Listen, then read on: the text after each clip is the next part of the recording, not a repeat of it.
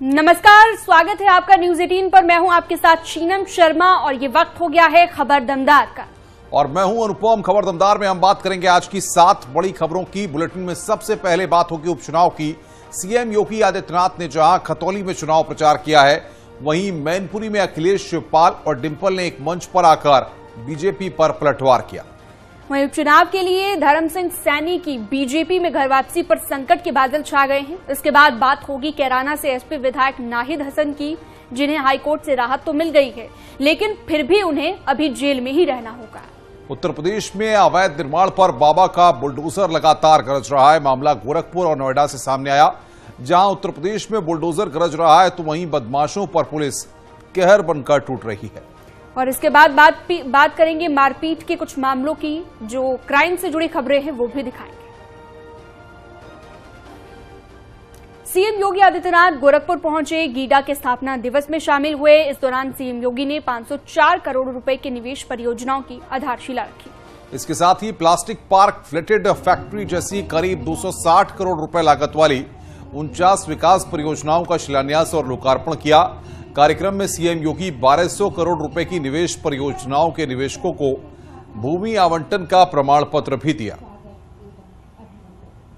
गीडा की स्थापना के लिए 1989 में प्रयास तो प्रारंभ हुए, लेकिन वे सभी प्रयास केवल कागजी खानापूर्ति तक ही सीमित रह गए थे। आवागमन के साधन नहीं थे, न सड़कें अच्छी थी। 94-95 में अगर हमें लखनऊ जाना होता था तो गोरखपुर से लखनऊ की दूरी तय करने में 8 से 10 घंटे का समय लगता था। गोरखपुर से वाराणसी आज से 1 वर्ष पहले भी अगर आप जाने का प्रयास करते रहे होंगे तो 6 से 7 घंटे कम से कम गोरखपुर से वाराणसी की दूरी तय करने में लगते थे। वायु कनेक्टिविटी गोरखपुर की नहीं थी। 1990 के दशक के प्रारंभ में ही ये बंद हो गई थी, जो वायुदूत की एक सेवा यहां चलती थी। ट्रेन में सीट्स नहीं मिल पाती थी। 1998 से लेकर 2017 तक मैं सांसद था और रिजर्वेशन के लिए, सिफारिश के लिए कितने लोग यहां पर सिफारिश करने के लिए लाइन लगाते थे, ये हम सब ने देखा है। सीएम योगी मेरठ दौरे पर पहुंचे। यहां पर सीएम योगी ने 517 करोड़ की योजनाओं का लोकार्पण और शिलान्यास किया और पीएम आवास योजना के लाभार्थियों को प्रमाण पत्र वितरित किए। सीएम योगी ने जनता को संबोधित करते हुए कहा कि 1 महीने में ही दूसरी बार मेरठ आया था। दुनिया की आधुनिकतम सुविधाएं, यानी कि ज्यादातर सुविधाएं और जो आधुनिक सुविधाएं हैं वो मेरठ को मिल रही हैं। अब 45 मिनट में दिल्ली पहुंच सकते हैं। बुलंदशहर बागपत की दूरी कम हो गई है, राजधानी से भी दूरी कम होने जा रही है और देश की पहली रैपिड रेल भी मेरठ को मिली। प्रमुख उद्योगपति पसवाड़ा पेपर श्री नितिन आज तो मेरठ विकास की जिस नई दौड़ के साथ आगे बढ़ा है, दुनिया की आधुनिकतम सुविधाएं मेरठ और उसके आसपास के क्षेत्र को प्राप्त हो रही है। भाइयों बहनों, 12 लेन का एक्सप्रेसवे दिल्ली मेरठ की दूरी को मात्र 45 मिनट में पूरी करने के लिए पर्याप्त है।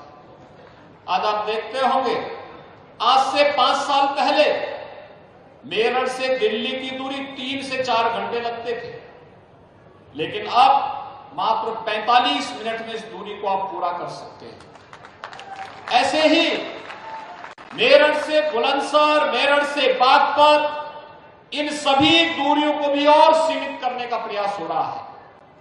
और भाइयों बहनों, जब दिल्ली की दूरी कम हो गई है तो प्रदेश की राजधानी की दूरी भी मेरठ से कम होनी चाहिए। इसके लिए गंगा एक्सप्रेसवे यहां से बनाया जा रहा है, जो मात्र 4.5 घंटे के अंदर मेरठ से लखनऊ की दूरी को पूरा कर देगा। युद्ध स्तर पर कार्य चल रहा है और देश का सबसे बड़ा एक्सप्रेसवे है। उपचुनाव की जंग में प्रचार भी लगातार तेज हो रहे हैं। सीएम योगी आज खतौली पहुंचे, जहां पर बीजेपी प्रत्याशी राजकुमारी सैनी के लिए उन्होंने प्रचार किया। इस मौके पर सीएम योगी ने कहा कि लोग समझदार हैं, डबल इंजन की सरकार के फायदे जानते हैं। इसलिए यहां फिर से बीजेपी का कमल खिलने जा रहा है। प्रदीप ठाकुर जी जो प्रत्याशी हैं वो अपने समाज का और अपना समर्थन भारतीय जनता पार्टी पूरी तरह से खटोली विधानसभा के कबाल का बवाल हो रहा था, तब समाजवादी पार्टी की सरकार थी। महीनों कर्फ्यू था, लोगों को अपने घरों से पलायन करना पड़ा था, हजारों हिंदू नौजवानों को जेल के अंदर ठूंस दिया गया था। तब सपा के नेता तो नहीं आ सकते थे, लेकिन लोकदल के नेता कहां थे? आज पूछा जाना चाहिए इन लोगों से, तब लोकदल कहां था? विक्रम सिंह सैनी अपने परिवार के लिए अपनी सदस्यता नहीं गंवाए, यहां के सम्मान और स्वाभिमान की रक्षा करने के लिए उन्होंने अपनी सदस्यता गंवाई। और मैं देख रहा था सदस्यता जाने के बाद भी उनके चेहरे पर कहीं कोई सिकन नहीं थी। उनको इस बात का एहसास था और उन्होंने पूरी मजबूती के साथ इस लड़ाई को लड़ी, बिना डिगे, बिना हिले, बिना झुके उस लड़ाई को लेकर के लड़ते रहे, कार्य करते रहे। और सदस्यता जाने के बाद भी कहीं पे कोई संकोच नहीं। ये सपा और उस समय की लोकदल पार्टी के संयुक्त गठबंधन सरकार की देन थी, जो एक क्रूर अत्याचार हिंदू नौजवानों पर और यहां के नागरिकों पर करने की साजिश का हिस्सा था। निर्दोष सचिन और गौरव जिस तरीके से निर्मम और बर्बर अत्याचार के शिकार हुए थे, कौन इसको विस्मृत कर सकता है?